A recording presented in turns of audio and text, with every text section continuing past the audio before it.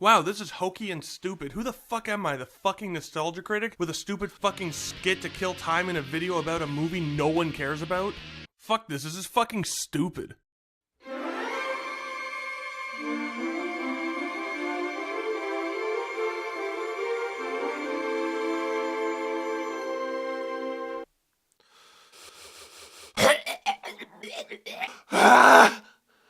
So let's get on with it.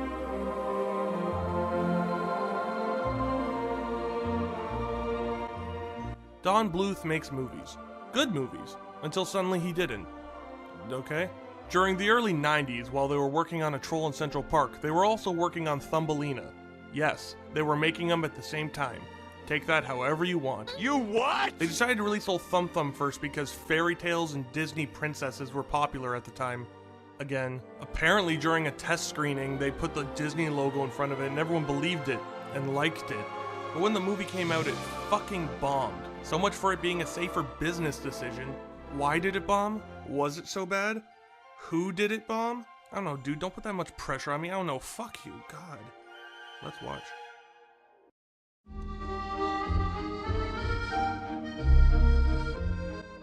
Some old lady wants a kid. She gets one, but oops! She's tiny. She don't care. Little girl is sad though because she can't relate to anyone because she's so small and only interacts with animals. What the fuck? She eventually meets a fairy prince and it's fuck at first sight. What are you, gay? She gets captured and they sing a song about how they want to fuck her and then they ditch her. She gets captured again and they sing a song about how hot she is and then she gets ditched. Again.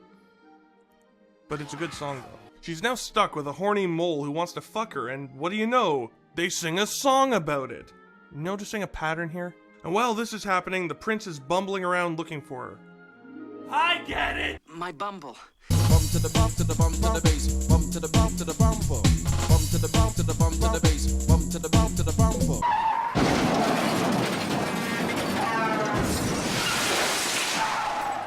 Oops, he's dead. But then he's not! And then they get together. Hooray! And that's your fucking movie.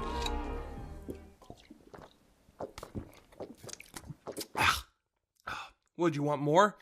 Well, that's it. That's what fucking happens. Go home, you needy, stupid fucking leeches. Get the fuck out of here.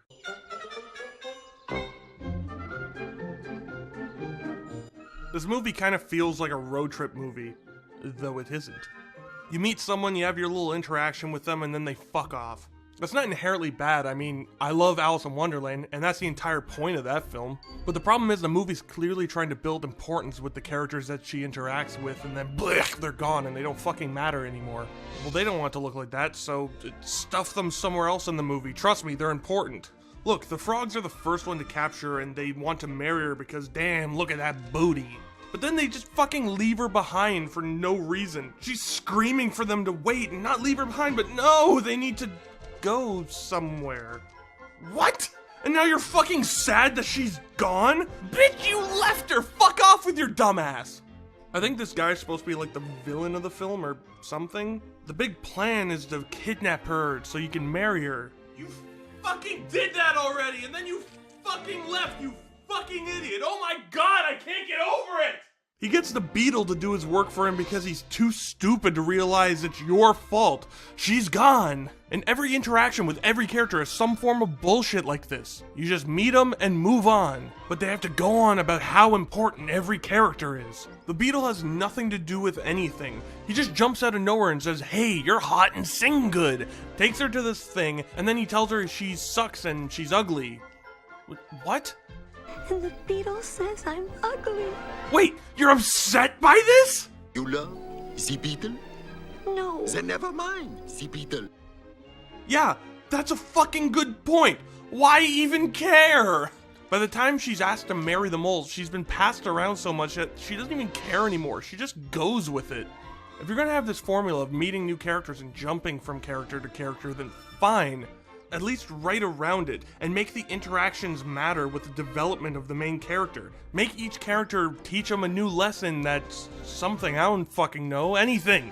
It would help justify them taking up screen time and giving them a bigger role instead of just not mattering and then cutting back to them every now and then. Wow, the beetle telling her that she's ugly really made a world of difference, huh? Hey, marry the mole. Okay. Hey, look, a prince. Fuck me. The frog kind of makes sense as a villain once you get over him fucking off for no reason. He has a goal he's working for, so it makes sense to cut back to him every now and then. But every other side character's pointless to the film. I can't even say anything about the mole because he fucking does nothing. Wow, it's a good character. I'm glad they kept him in the film.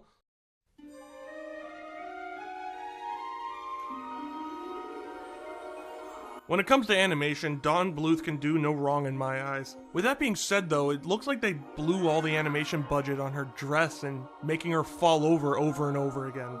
Seriously, this has to be the clumsiest girl in existence. Look at this shit! And I'll never let you fall. There's not really much else to say. Why the fuck does Bluth draw birds with big floppy shoes in all his movies? I fucking love it so much.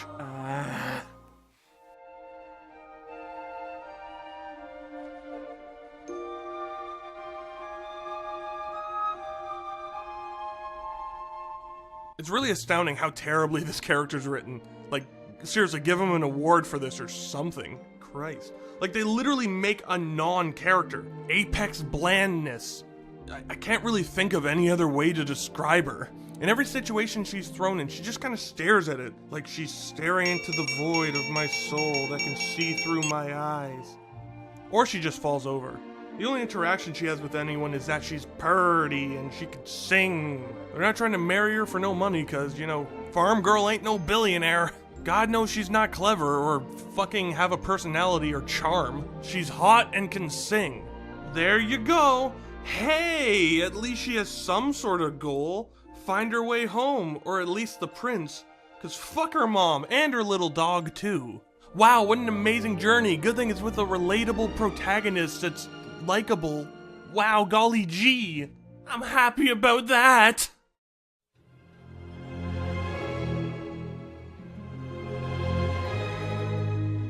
Fuck this useless bird. He literally flies around doing nothing but fill screen time.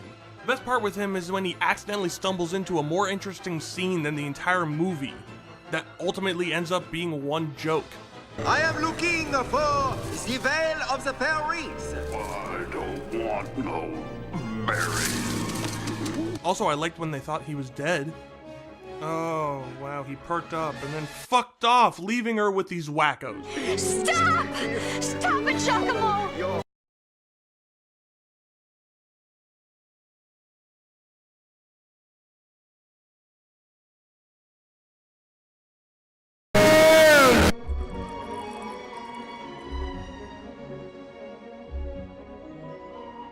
When I talked about a troll in Central Park, I talked about what I would do to fix the story.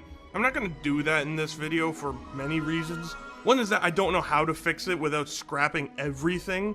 Well, if I'm not going to do that, then why did I make this? The Bluth movies that people remember fondly are the early ones. All the ones up to All Dogs Go to Heaven, basically. But what do all these films have in common?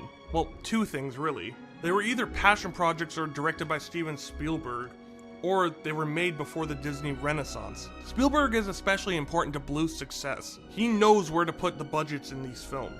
In the writing. The scripts for An American Tail and Land Before Time went through so many rewrites until they were perfect. You take a really well-written script and god-tier animation, and then there you go! After he stopped working with Spielberg, and especially after the Disney Renaissance, the people behind the money started to have more and more pull. The safe business plan to making a princess fairy tale seemed obvious at the time.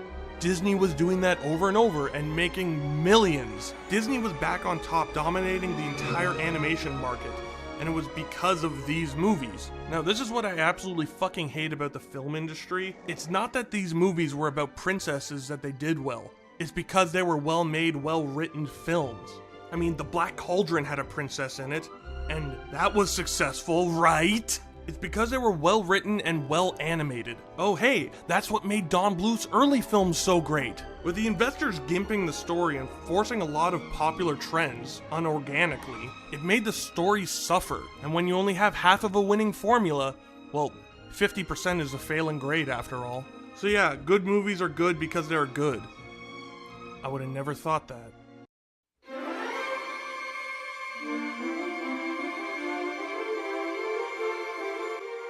Thumbelina is a cautionary tale about following a popular trend without truly knowing what made it good in the first place. Anastasia works much better as a copy of this trend. Why? Because it's a well-written story with amazing animation. Thumbelina has great animation. All of Don Bluth's movies do. Mostly. But when you don't care about what's happening, how it looks becomes irrelevant. Oh, by the way, I'm a fucking liar, so let's fix the story now! The main villain needs to be the Beetle. By fucking God, I need him. Gilbert Gottfried, scream at me, please! His song is the best in the film. Look at it! Fucking design, by fucking Christ. Give this boy something to do. Please! Stop making her such a fucking idiot.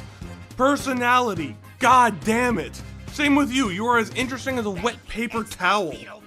The bird is also useless. Give him something to do or serve him for fucking Thanksgiving, shoes and all. Shut up about her singing, goddammit. Not everyone needs to sing in your stupid fucking movie. The best ending to this film could have been the book from the opening crushing her to death. Fucking just kill her.